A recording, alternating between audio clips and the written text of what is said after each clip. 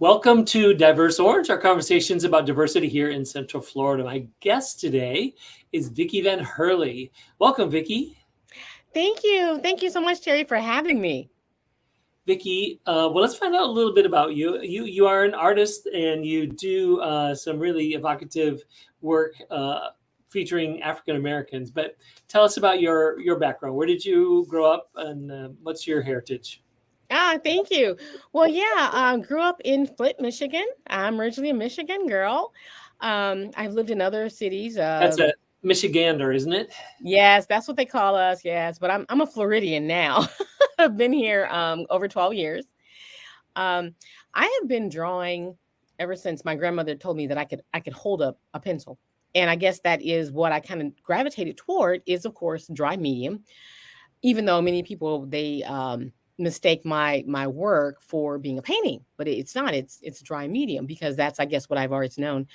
I don't know why I've always loved the human figure. Maybe because we just resonate with faces, with people. But I started with just pencil sketch, just graphite sketch. Grew up taking art classes at the Flint Institute of Arts, which is part of the Cultural Center in Flint, Michigan. And they had museum schools. And I started out taking classes there and just continued to draw on my own. And did go to design school in Pittsburgh, Pennsylvania, where I did learn more about the figure, drawing, fashion illustration, and advertising design.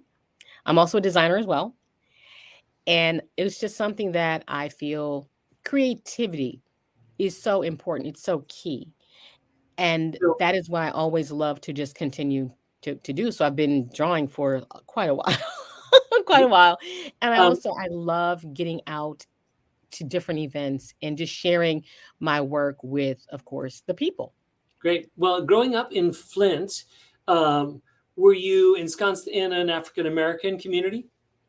Yes, absolutely.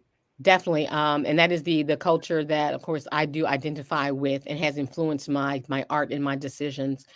One of the things I did notice being into, of course, fashion illustration, I was reading Vogue at like 13 and always noticing that there weren't people in there that looked like me. Same thing with a lot of the art that you see in museums, especially your classical. I'm a lover of Renaissance because I feel the figures were just so beautiful. But you didn't see anybody that looked like me. Or growing up as well in your traditional media, whenever you did see people that looked like me, it was never always in a very positive or beautiful light. So that was one of the things I think that really influenced me to move more toward drawing a lot of people of color, just to show that beauty and have it visible. Do you also do figures of people of that look like me? Absolutely. I enjoy all people. And there's so much expression that's in a face. And I think Well, that's why I you are don't very good at expression. I mean, ah the thank works you. of art I've seen of yours convey a lot of attitude of all different kinds. Exactly. Thank you. Thank you for saying that. Yeah, so I do. It's really, like I said, I think that's why I don't tire or get bored with doing human faces because each one's different and the expressions can really take you various places and also convey a lot. It can share a lot.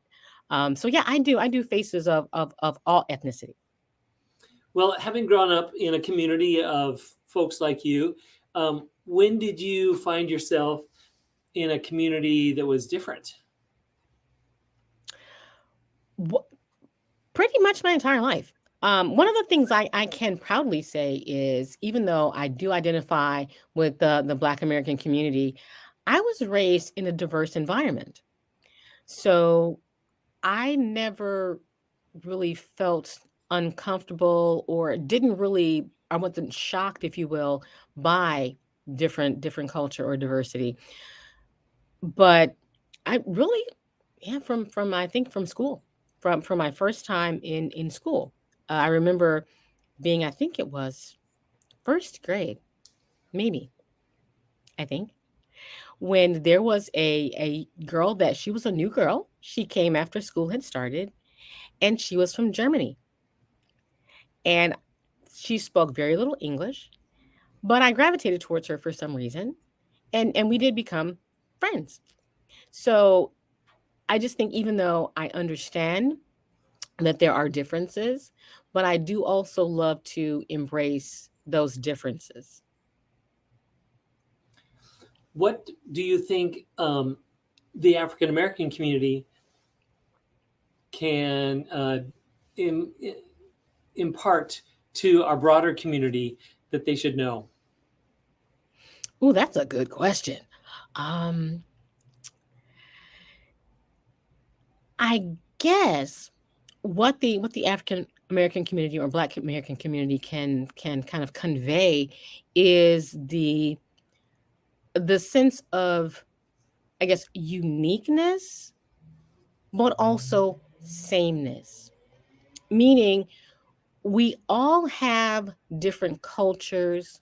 We might have different physical features slightly, but we all still operate under the human condition. We all have different cultural values, cultural practices, but we still operate under the same human condition. One example, I'm also an educator, and I was teaching at the University of Kentucky for a couple years. And I always thought that, you were raised, there's a certain type of food cuisine, soul food.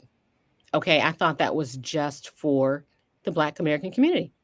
No, I discovered through contacting, working, discussing with other people, no, it's just plain Southern.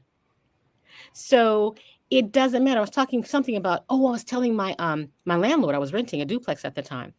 And I'm like, you know what, Liz, the stove needs fixing because I made collard greens and my cornbread didn't cook right. I said, you can't have collard greens without cornbread. She said, oh, girl, I agree. And I'm like, wait, what? So that's when I discovered it wasn't necessarily ethnicity, it was regional. So just sharing that we are all under the same human condition and we might share some of the same cultures. What do you think Southern culture can contribute to greater American culture? Oh, I think in my perspective is perhaps kindness, more humanity, more respect. For example, I've grown up in the North my whole life, but I have had the opportunity to live in other places, not just Central Florida here, but also Southern Illinois and Lexington, Kentucky, as I just illustrated. They're much more polite here. Strangers, especially young men, I don't care how rough or seasoned they might look, they will stop and they will hold the door open for you and refer to you as yes, ma'am. So I think some of that kind of gentleness, kindness, some of that human compassion, I think could go a long way in every part of the country. Yeah, definitely, definitely. Well, what has been the thing about Central Florida that has impressed you the most? I think the weather, uh, the warmth. I Well, think, not lately. It's been way too cold well, for me. it's too cold for me too, as I stated. I'm a Floridian now, but it's 30s in Michigan. It's snowing, so I know worse conditions. But I think aside from the fact it's a little chilly now, and we also have a thing called hurricane season. I really love the beauty. I love the sunshine. How it's just so phenomenal. If you're having a bad day, step outside. It can only get better. You feel the sun on your face, you see the beautiful green palm trees, the lakes. It can just only get better. So I love the weather, and I think also that southern hospitality. Well, Flint is automobile city. I had a troop. Do you remember Auto World? Oh, absolutely, Odd World. So we had a troop at Auto World. But anyway, so um, how has the automobile influenced your life? Oh, wow. It's fun that you should say that. Both my parents worked for General Motors. My father worked at the now closed, defunct Fisher Body, and my mom, she worked for AC. in the office, and then AC or GM had purchased EDS, electronic data systems, and so she has more one side. My father has the other. It has really, I love cars, and I'm not sure if that is a reason, but also the design aspect. As I said, I'm also a graphic designer, and just noticing how things are displayed, the sleekness of a car, the fit, how there are certain lines or shapes repeated throughout. So also automation, how the whole manufacturing mindset, I think also influences me on how I work. Great. Well, we're delighted that you're here as part of our community. You probably got here in a car, maybe, I don't know, maybe a I plane. did. Anyway, thank you for joining me today for this short conversation about diversity here in Central Florida. Oh, thank you so much, Jerry, for having me. I really appreciate it. You bet. And thank you for watching this edition of Diverse Orange.